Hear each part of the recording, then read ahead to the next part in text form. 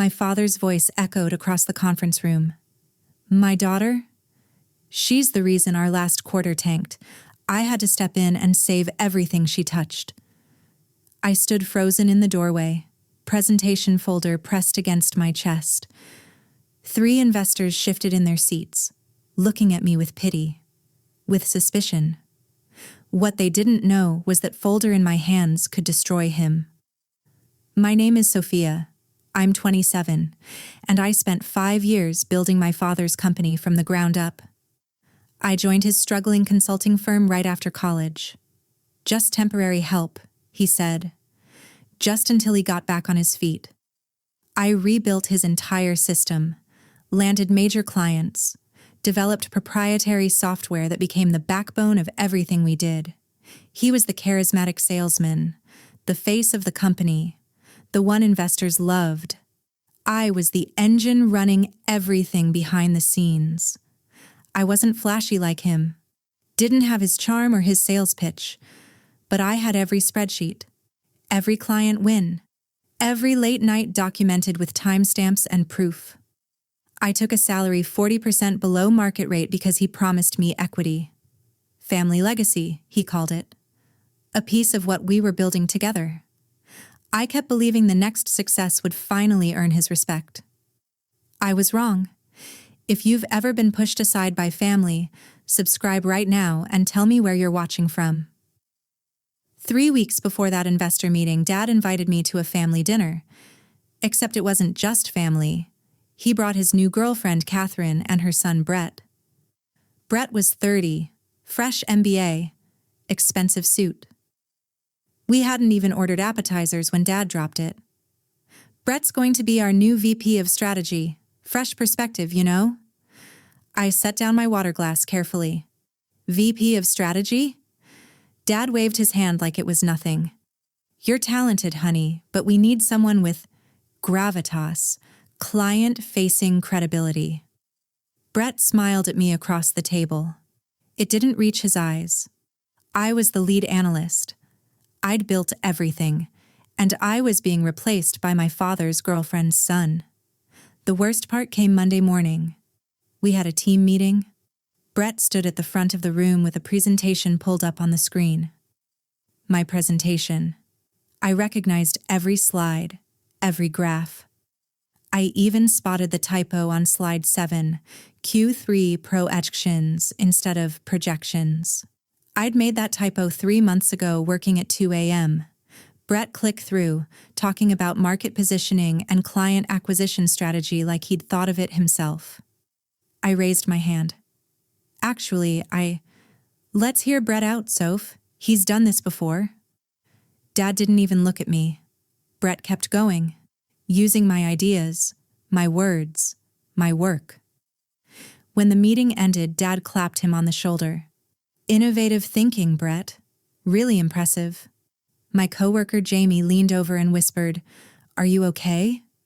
I nodded, smiled, pretended I was fine, but I knew the truth. Dad hadn't overlooked me. He'd actively chosen to erase me. It got worse. A week later, our biggest client came to town, Tech North Solutions. I'd landed that account myself. Spent 18 months nurturing the relationship. Dad called me into his office. Brett will handle the dinner tonight. You can prep the briefing notes. I'm sorry, what? Just put together the background materials. Brett's running point now. I stood there, stunned. That's my account. It's the company's account, Sophia. Don't be territorial. Later that afternoon, I overheard him on the phone in the hallway. My future son-in-law is running point now. Sophia's more back office. Future son-in-law. Catherine wasn't just his girlfriend. This was a package deal. Brett wasn't just taking my job. He was taking my father. I sat at my desk that night, preparing briefing notes for my own client while Brett took credit at some expensive steakhouse downtown. Then the company newsletter came out. Q2 growth strategy led by new VP Brett Morrison. That strategy was my grad school capstone project. I had the time-stamped files to prove it. I confronted Dad in his office. That was my work.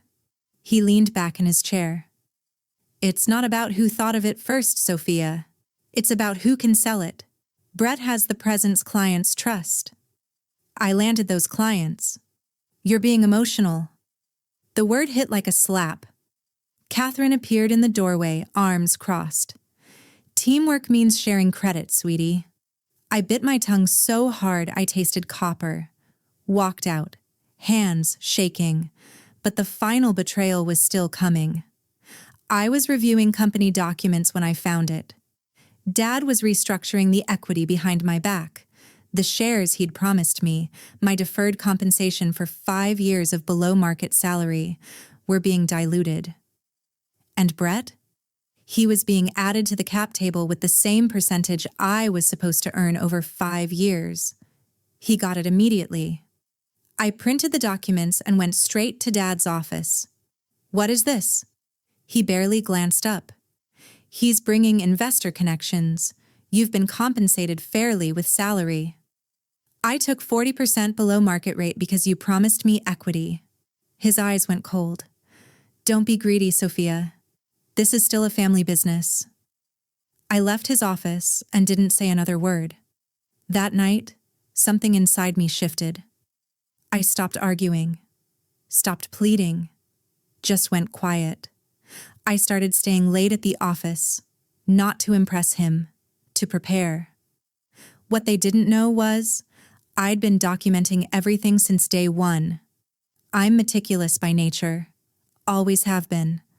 Every client proposal I'd ever written had timestamps, version history, authorship metadata embedded in the files, every email thread showing strategy development from concept to execution, every financial model, every growth projection, all of it with my digital fingerprints. I even had client testimonials, emails praising the analyst who really understood our needs. They weren't talking about Dad. They weren't talking about Brett. They were talking about me. But I found something else, too.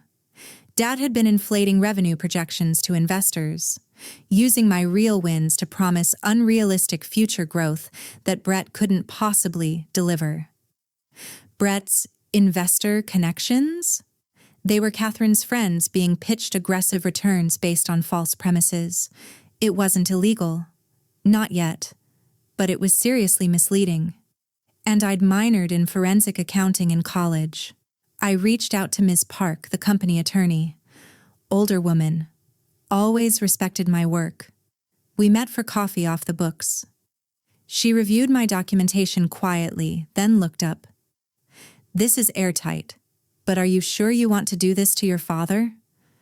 He did this to himself. I just want what I built protected. She explained shareholder rights, fiduciary duty, misrepresentation. I didn't tell her my full plan, just gathered information. My coworker Jamie pulled me aside a few days later. I've been waiting for you to fight back. We all see what's happening.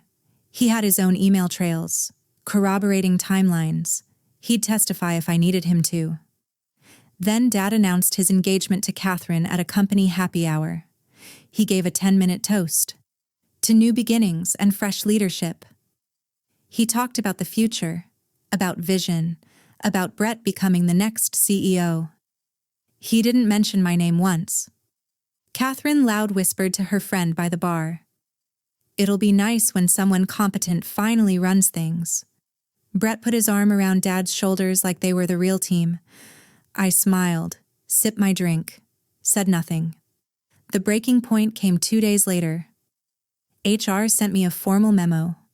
My role was being changed to junior analyst, 30% pay cut, effective immediately. Reason, restructuring for efficiency. I tried to schedule a meeting with Dad. He sent a cold email instead. This is what's best for the company. You'll understand eventually. That night, I emailed the investor group directly. I still had calendar access. I added myself to the quarterly investor update. Ms. Park helped me prepare a legally bulletproof presentation. The day of the meeting, I arrived early. Professional suit, briefcase, calm expression. Dad walked in and saw me sitting at the conference table. "Sophia, this isn't really your meeting." Mr. Hansen, the lead investor, cut him off. "Actually, Richard, your email said all stakeholders. She holds equity, doesn't she?" Dad's jaw tightened, but he had to let me stay. He presented his rosy projections, 40% growth forecasts, credited the new leadership team, meaning Brett, with the strategic turnaround. Brett nodded smugly beside him. The investors seemed impressed. Then came the Q&A. I raised my hand. "I have a clarification about those growth numbers." Dad tried to interrupt, but Mr. Hansen wanted to hear me. I pulled out my presentation, set it on the table. "All the major wins you're seeing occurred 12 to 18 months ago, before Brett joined."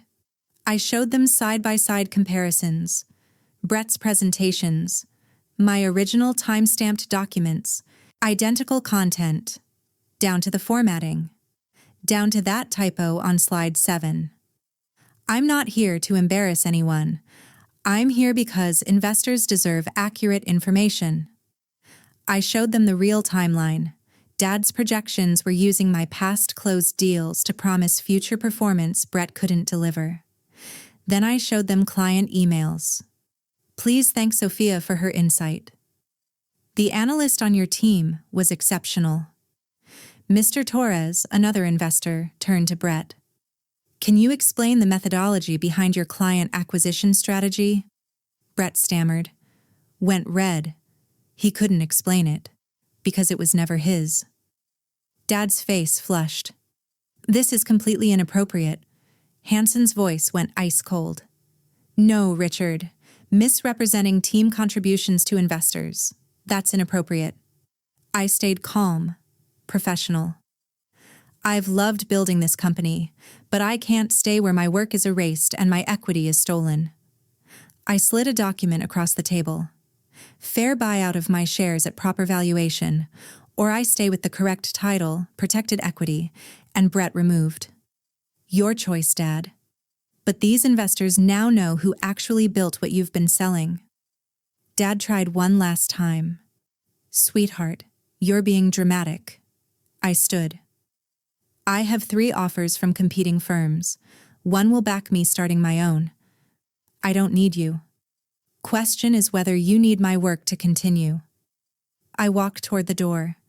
The investors watched Dad in silence. "Wait." His voice was quiet. The investors didn't give him a choice. Either accept my terms or face a deeper audit of his company claims. He tried to negotiate. I picked up my briefcase. 2 days later, I had a written contract, proper equity stake, VP title, protected shares. Brett was transitioned out within a week. Catherine stopped coming to company events. Dad barely spoke to me after that.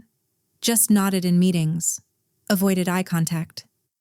But the company performed well, because the truth was finally visible.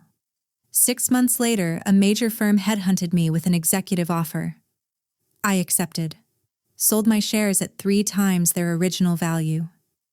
The company had grown once honesty replaced Brett's empty promises. My final meeting with Dad was awkward, silent. He finally spoke as I was leaving. "You didn't have to leave." I didn't respond, just shook his hand professionally and walked out. For once, their silence didn't hurt me. It freed me.